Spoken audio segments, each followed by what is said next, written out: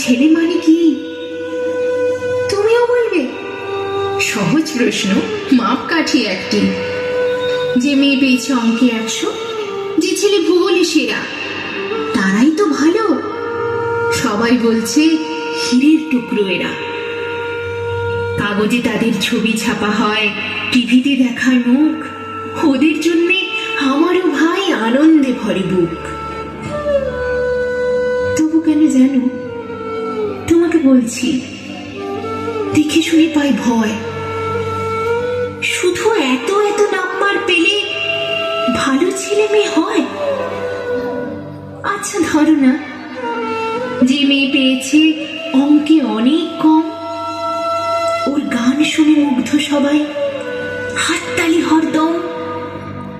ওই যে ছেলেটা পাশ করে গেছে এবারেও টেনে টুনে, বলতে কি ভাই আমরা অবাক ওর আবৃত্তি শুনে।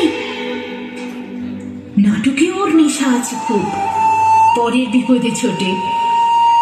পাড়ার তেমনি বাংলায় নাকি 30 পেয়েছে মোটে।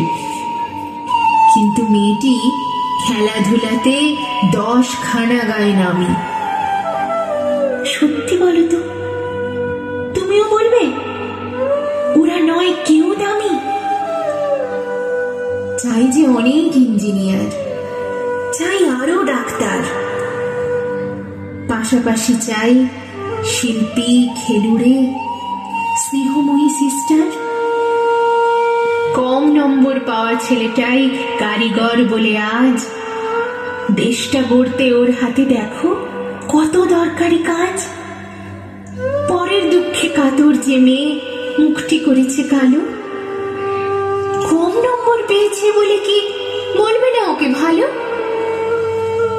অভাবের টানে কলেজে পড়েনি, ছোট দরমার বাড়ি, তবুও ছেলেটা বাবা মাকে দেখে, ভাড়াতে চালায় গাড়ি।